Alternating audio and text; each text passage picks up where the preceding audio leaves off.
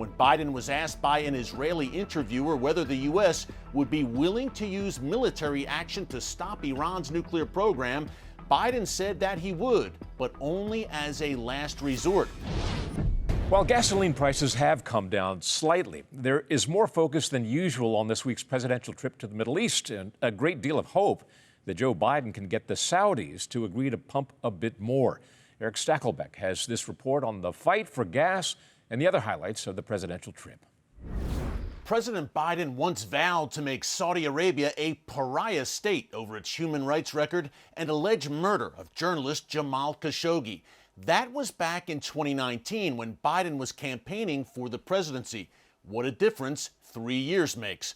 Biden arrived in Saudi Arabia today, eager to mend fences with the Saudi royal family. The main reason?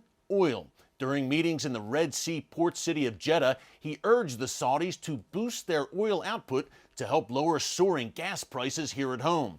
It's unclear, though, whether Saudi Crown Prince Mohammed bin Salman, also known as MBS, will be receptive to Biden's sudden change of heart. During a joint press conference with Biden on Thursday, interim Israeli Prime Minister Yair Lapid asked him to urge the Saudis and others to join the Abraham Accords peace treaties with Israel. Israel wants peace and believes in peace. We will never yield an inch of our security. We are obligated to be cautious at every step, but to any country, any nation that wants peace and normalization with us, we say, Ahlan wa sahlan, shalom, welcome.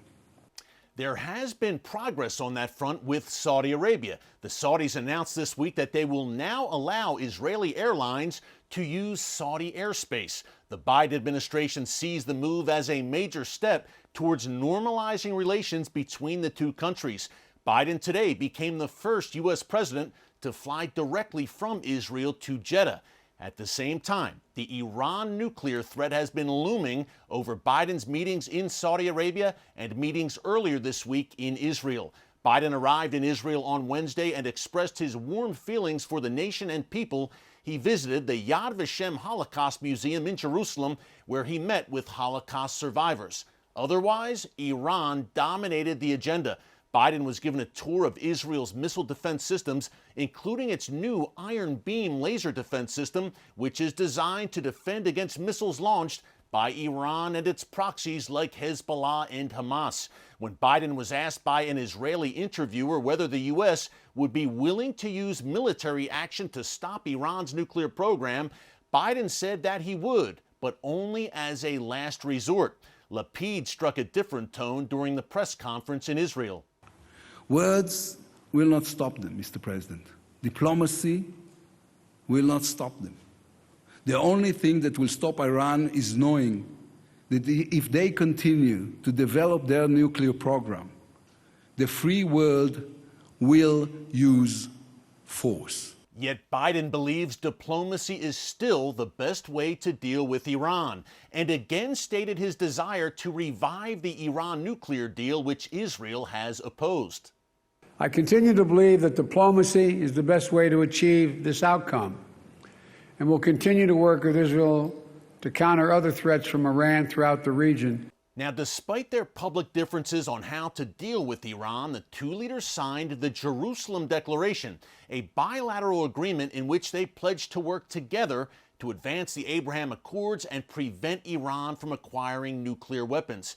Biden followed his meetings with Lapid and other Israeli leaders, including former Prime Minister and current opposition leader Benjamin Bibi Netanyahu, with a trip to a Palestinian-run hospital in eastern Jerusalem, where he pledged $100 million in U.S. aid to Palestinian hospitals across the region. He then met in Bethlehem with Palestinian Authority President Mahmoud Abbas, who slammed Israel for what he called apartheid and occupation of Palestinian land.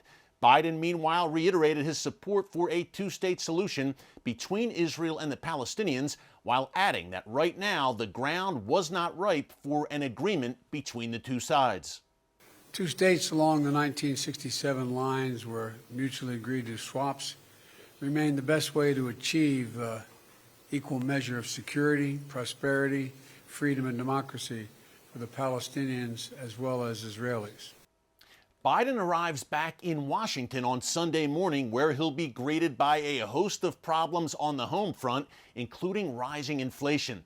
He's hoping that his Middle East trip moves the needle on at least one of those domestic challenges: Americans' ongoing pain at the gas pump.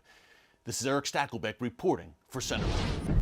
Hi, I'm Doug McKelway, and thank you for watching Centerpoint. We hope you enjoyed this video. Make sure you hit the subscribe button and tap the bell icon so you're notified every time a new video is posted. Leave a comment below and keep the conversation going by sharing this video with a friend who needs to see it. Thanks for watching. We'll see you back here tomorrow.